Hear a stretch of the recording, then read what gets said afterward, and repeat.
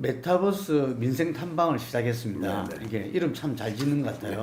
네, 메타버스에서 저는 그 메타버스를 어떻게 구현한단 말인가 싶었더만 그게 아니고 매일 타는 민생버스라고 했는 말인데 이재명 후보로서는 최초의 좀 전국적인 어떤 네. 이 민생 탐방 아닌가 싶은데 실질적으로 보여주기식이 아니라 뭔가 성과를 좀 낼 수 있다고 보십니까? 이재명 후보는 그런 계획을 가지고 있어요. 정말 우리나라 구석구석에 들어가서 국민들 만나겠다. 대통령 후보가 되면 큰 지점 중심으로 이렇게 하잖아요.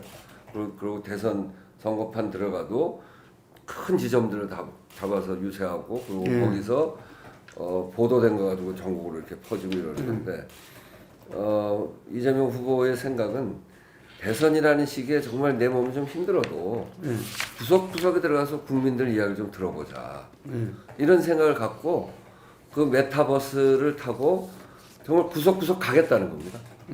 이게 서울에서 보기가 좀 어려울 수 있어요. 그러니까 전국을 돌겠다는 거예요. 그게 선거에 나간 사람의 자세 아니냐. 그런 생각으로 버스 운행, 그러니까 국민 속으로 민생 속으로 제대로 해보겠다 이런 생각인 거죠. 2030 네. 흔히 말하는 MZ 세대가 상당히 그 부동표로 떠오르면서 이번 선거에 제가 볼 땐 제일 큰 타겟 아니냐 그렇습니다. 이렇게 보여지는데 지금 서울시장 재보선에서 20대한테 네. 상당히 그 멀어져 가지고 낭패를 당했잖아요. 네, 그렇습니다. 이 해결책은 지금 어떻게 보고 계십니까? 근데 이번 선거는 2030의 마음을 누가 잡느냐 이게 이제 굉장히 중요한데 사실은 이 2030이 탄핵 때 맨 앞장섰던 분들이거든요. 근데 그 사람들이 특징이 뭐냐면 부모 세대보다 더 못 살 수 있는 첫 번째 세대가 우리 세대 굉장히 불안해. 탄핵 때도 그 앞장섰던 이유가 자신들의 삶의 불안함이 근저에 깔려 있는 거였죠. 맨 처음 시작한 게 비정규직 이게 그 젊은 노동자들이 청계천에서 모이기 시작하면서 이게 나라냐 이런 외침을 하다가 그게 국정농단을 맞이해서 확 터진 거 아닙니까? 바닥에 부글부글 끓는 민심 위에 도화산이 던져진 게 이제 국정농단이고 터진 게 촛불인데 그런데 그 이후에 그런 불안정한 우리의 미래를 문재인 정부 새로운 그 촛불로 해서 만들어진 정부에서 그거를 다 구현해 주기를 해법을 찾아주기를 바랬는데 그게 물론 이제 한다고 했습니다. 그 최저임금 올리고 비정규직의 정규직화를 이야기하고 그렇게 했음에도 불구하고 그게 성공적으로 하지 못했습니다. 성과를 크게 내지 못했어요.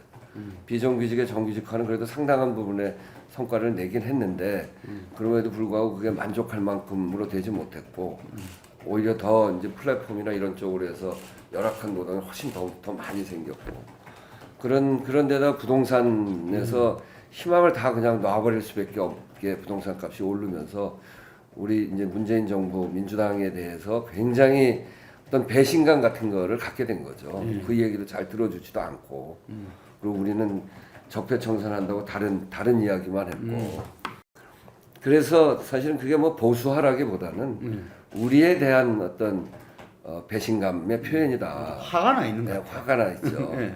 그런데 저쪽에 이준석으로 표현되어지는 젊은 새로운 세대로 선거를 치르는 걸 쭉 지켜보면서 이랬으면 좋겠다. 이준석으로 한번 이겨봤으면 좋겠다. 이런 기대에 젊은 사람이 정치에 전면에 나서는 걸 보면서 기대가 있었고 또 그 결과가 당심, 소위 수구 기득권 세력이라고 하는 당심을 민심이 확실하게 제압해 버렸단 말이에요. 그런데 이번 선거 결과를 보면 다시 당심이 민심을 확실하게 제압해 버립니다. 그렇죠. 민심이 10%인데 당심은 20%를 앞서가지고 제압해 버리죠. 그거 보면서 역시 그 당이 그 당이구나. 지들끼리 리그한 거구나. 수구 기득권을 국민의힘은 벗어날 수가 없구나. 그걸 보면서 이제 거기서부터 다시 이탈을 해서 다시 이제 가운데로 온 거죠. 그래서 어느 쪽도 지지하지 않는다 하면서 지켜보고 있는 건데 결국 그 사람들의 문제는 내 삶을 누가 변화시켜 줄 건가. 나의 미래를 누가 더 잘 열어줄 거냐. 이걸 볼 겁니다. 지금은 부동산 등등의 우리의 실책 때문에 우리한테 화가 많이 나 있습니다만 결국은 이 세상을 어떻게 바꿀 거야? 라고 하는 질문을 대통령 후보한테 던지는 거 아닙니까? 그런데 여기서 분명히 차이 나는 거는 윤석열은 과거입니다. 왜 과거냐? 검찰했잖아요. 검사만 쭉 한 사람 아닙니까? 검사라는 일 자체는 수사하고 기소하고 재판하는 그 사람의 과거 일에 대한 재단을 하는 사람이에요. 과거에 매일 수밖에 없어요. 그러니까 지금도 우리에 대해서 응징한다. 뭐 이런 얘기를 계속 하는 거예요. 그게 지금 민심에 우리한테 화나 있는 사람들의 지지를 받는 것이고요. 이재명 후보는 뭘 하는? 본인이 정말 어려운 삶을 살았어요. 그리고 어려운 삶을 어떻게든지 극복해서 여기까지 왔고, 그래서 어려운 문제를 해결하기 위해서 어려운 사람 옆에 서 있고, 청년수당, 그러니까 청년 정책도 굉장히 많더라고요. 청년수당, 또 청년들의 회의체를 구성을 해가지고 청년 정책을 만들 때 205명인가 청년들 뽑아서 거기서 논의해서 정책을 결정하더라고요. 이런 것도 하고 270만 원 이하의 월급을 받는 청년들한테는 분기별로 20만 원인가 그렇게 돈을 지원하는 그런 일도 하고 그러면서 또 공공 배달 앱이라든지 공공 산후조리원이라든지 이러면서 지금 이 시대가 겪고 있는 양극화로에서 발생되어진 이 문제를 극복하려고 지속적으로 정책을 내고 아이디어를 내서 그걸 만들어 왔고 거기에서 성과를 내서 여기까지 온 사람입니다. 그러니까 이재명 후보는 미래를 어떻게 우리 청년들의 미래를 어떻게 하면은 낫게 만들 것인가에 모든 촉각이 글로 서 있는 사람이에요. DNA가 완전히 다릅니다. 윤석열은 과거 DNA라면 이재명은 미래 DNA. 여기는 검찰주의자라면 여기는 실용주의자입니다. 이렇게 확실히 달라서 선거를 치르는 캠페인 과정이 확실히 다를 겁니다. 저기는 자기 얘기가 아닌 거를 써서 읽어야 되는 사람이고 여기는 펄펄 나를 사람이고 전국을 뛰어다니면서 하겠다는 거 아닙니까? 이제 그런 것들이 점점 차이가 나면서 청년들의 미래를 누가 만들 수 있는가 이런 것들을 보게 될 겁니다. 그리고 저희가 그런 지점을 굉장히 앞으로도 제일 그런 거를 잘 해낼 수 있는 장점인 사람이기 때문에 그런 지점에 여러 가지 정책들을 탑재해서 그렇게 나아갈 수 있도록 우리가 돕고 그렇게 할 겁니다. 위원장님 볼 때는 현재 국힘의 컨벤션 효과로 나타나는 가상대결의 지지율 차이는 뭐 별거 아니다. 이게 지금 이제 저희가 긴장해야죠. 한 10% 뭐 거의 8% 뭐 10% 이렇게 되니까 그건 컨벤션 효과가 있다고 하더라도 우리가 좀 불리한 선거인 것만은 지금 분명하죠. 왜냐하면 이제 부동산 등등으로 해서 지금의 집권 여당에 대해서 화가 나 있는 분들이 굉장히 많기 때문에 그 화 때문에 저쪽이 조금 유리하게 돼 있는데 결국은 앞으로 캠페인 해가는 과정에 미래에 대한 비전, 시대에 맞는 해법, 소위 시대 정신 이런 것들이 이재명 후보한테 확실하게 있기 때문에 저는 뭐 해볼 수 있다고 생각해요. 전에 김대중 대통령 말기에 그때 정권 교체율은 굉장히 높았어요. 기억하시겠습니다만 김대중 대통령이 당을 탈당할 수밖에 없었던 그런 상황이고 부담이 안 되려고 그런 노무현이 굉장히 지지율이 후보가 되고도 지지율이 낮았어요. 그런데 노무현이라는 사람은 확실한 시대 정신을 탑재하고 있었고 거기에다가 지역주의 극복한다고 부산에 가서 자기를 다 건진 사람이고 이재명 비슷합니다. 이재명이 변방에서 중앙으로 올라오기까지 그 보였던 성과 또 그리고 신천지나 계곡을 처리해가는 과정에서 보면 확실하게 일을 하는 사람이기 때문에 이재명이 집권하면 시대 정신에 맞는 일을 확실하게 해낼 수 있다. 여기도 그런 희망을 국민들한테 만들어낼 수 있다. 실력을 탑재하고 있다. 네.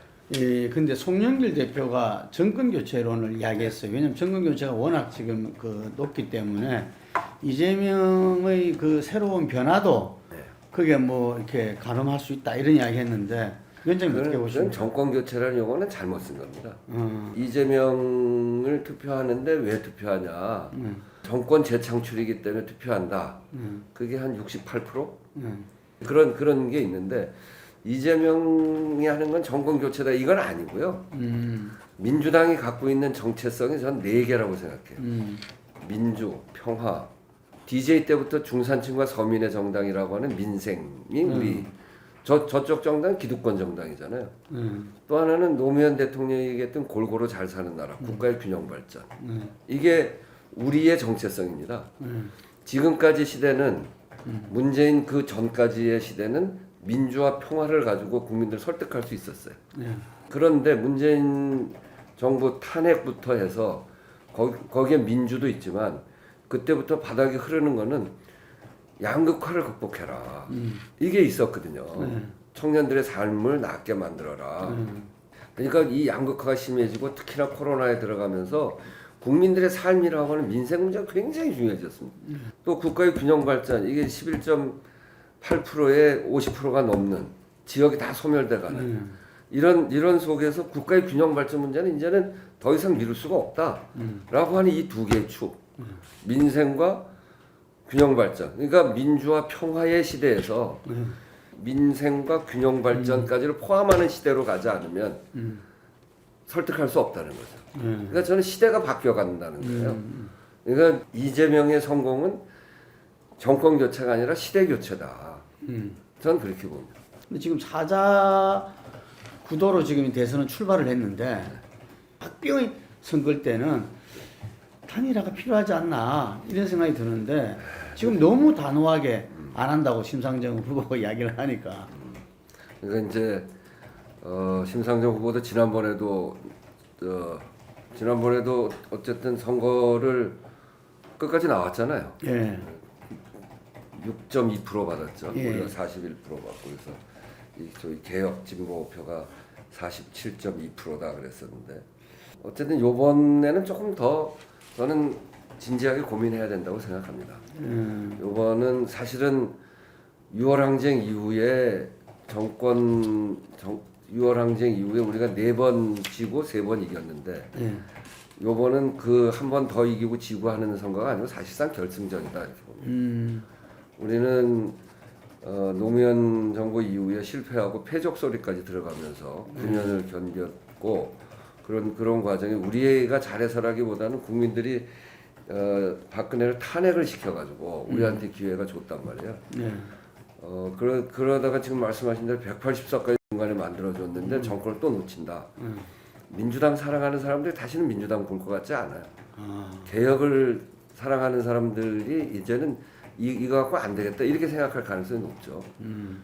근데 우리가 망하면 정의당은 또 좋아지냐? 그렇지도 않아요.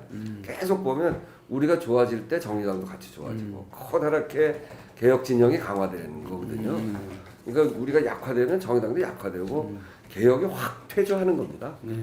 근데 저쪽도 마찬가지예요. 저쪽도 탄핵으로 쓰러진 세력을 뭐 언론, 검찰, 뭐 또 심지어는 다는 아닙니다만 병원 의사들, 의사협회까지 나서서 거의 반정부 투쟁 비슷하게 하는 정도로 그렇게 우리 사회의 기득권을 갖고 있는 사람들이 다 합쳐서 문재인 정부와 싸우고 그러면서 국민의힘이 이만큼 섰는데 요번에 선거에서 진다. 그럼 저쪽 지지하는 사람들도 저쪽 보기 싫어할 거예요.